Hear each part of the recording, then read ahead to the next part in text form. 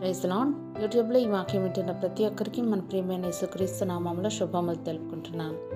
ఈరోజు మనం ధ్యానించబోయే అంశము కలిగిన వాటితో తృప్తి పొందుడి. ఈ అంశం కొద్దిసేపు ధ్యానించమని దేవుడు నన్ను ప్రేరేపించారు. అయితే వాక్యంలోకి వెళ్ళబోయే ముందు ఇప్పటివరకు నా ఛానల్ చూస్తూ కూడా సబ్స్క్రైబ్ చేయని వారైతే దయచేసి సబ్స్క్రైబ్ చేయండి, నన్ను కొంచెం సపోర్ట్ చేయండి. మర్చిపోకుండా వాక్యం నలుగురికి షేర్ చేయండి, ఇంకా లైక్ చేయండి. మీరు లైక్ చేయడం ద్వారా వాక్యం నలుగురికి రీచ్ అవుతుంది. ఇంకా కామెంట్ కూడా చేయండి. మీరు కామెంట్ చేయడం ద్వారా మీ అభిప్రాయం ఏంటో కూడా నాకు తెలుస్తుంది. ఇక మనం వాక్యంలోకి వెళ్ళిపోదాం. అపోస్తలుడైన పౌలు హెబ్రీయులకు రాసిన పత్రిక 13వ అధ్యాయం 5వ వచనం చూసినట్లయితే, ధనాపేక్ష లేని వారై మీకు కలిగిన వాటితో తృప్తి పొంది ఉండడి. నిన్ను ఏమాత్రమును విడువను, నిన్నెన్నడను ఎడబాయను అని ఆయనే చెప్పాను కదా. ఆమేన్.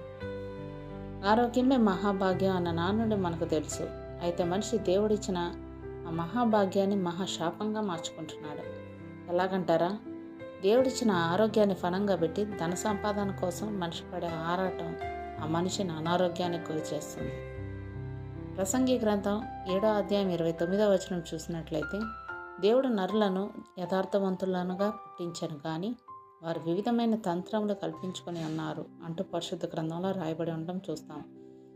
దేవుడు మనుషులను యథార్థంగా పుట్టిస్తే మనుషులు ఎలాగైతే తమ సొంత ఆలోచనలతో ఆ యథార్థతను పోగొట్టుకున్నారో, అలాగే దేవుడు ప్రతి మనిషికి ఆశీర్వాదంగా ఆరోగ్యాన్ని దయచేస్తే మనుషులు దాన్ని తమకు శాపంగా మార్చుకుంటున్నారు. ధనం విషయంలో తగినంత మితము అనే మాటలో మనిషికి రుచించవు. ధన సంపాదన అనేది మనిషికి ఒక వ్యసనంగా మారింది. చాలామంది తాము సంపాదించిన ధనమంతా ఆరోగ్యం సంపాదించుకోవడానికే ఖర్చు చేస్తుంటారు. హెల్త్ ఇన్సూరెన్స్ అని, లైఫ్ ఇన్సూరెన్స్ అని దేవుడిచ్చిన ప్రాణానికి ఆరోగ్యానికి వెలకట్టి డబ్బు దాచుకుంటూ ఉంటారు. ఇర్మియా గ్రంథం 30వ అధ్యాయం 17వ వచనంలో, నేను నీకు ఆరోగ్యం కలుగజేసేదను అని దేవుడు చెప్పిన మాటలు నమ్మే ధైర్యం మనకు లేదు. ఆరోగ్యం అన్నది మనుషులకు దేవుడిచ్చిన వరం. అలాంటి ఆరోగ్యాన్ని డబ్బుతో కొనాలనుకుంటారు కానీ అది వారి వల్ల కాదు. డబ్బుతో నయం కానీ ఎన్నో జబ్బులు మనకు తెలుసు. క్యాన్సర్, షుగర్, ఎయిడ్స్ ఇలాంటి మరెన్నో జబ్బులు మనిషి ధనాపేక్షకు ఒక సవాలు. వారు సంపాదించిన ఆస్తినంతా ఇచ్చినా వారికి నయం కాదు. అలాంటి జబ్బులు నయం చేసుకోవడానికి మరలా దేవుని దగ్గరికి రావాల్సిందే. జీవితాంతం కష్టపడి సంపాదించిన డబ్బు అంతా ఒక్క జబ్బుతో ఖాళీ. ఇదంతా అవసరమా? డబ్బు జోలికి వెళ్ళడం, జబ్బులు కొని తెచ్చుకోవడం, బాధలు పడడం, ఏడుపులు, పెడబొబ్బలు ఇవన్నీ మనిషి ఏరుకోరి తెచ్చుకునేవే కదా.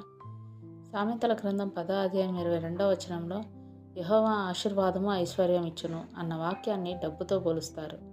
మరి ఆ డబ్బుతో ఆరోగ్యాన్ని కొనలేనప్పుడు ఆ డబ్బు ఏం చేసుకుంటాం? నయంగానే జబ్బుతో మంచాన పడ్డ వాళ్ళకి డబ్బు అక్కరకు రాదు కదా. ఆరోగ్యం, తెలివితేటలు ఉన్నప్పుడే కదా ఏమైనా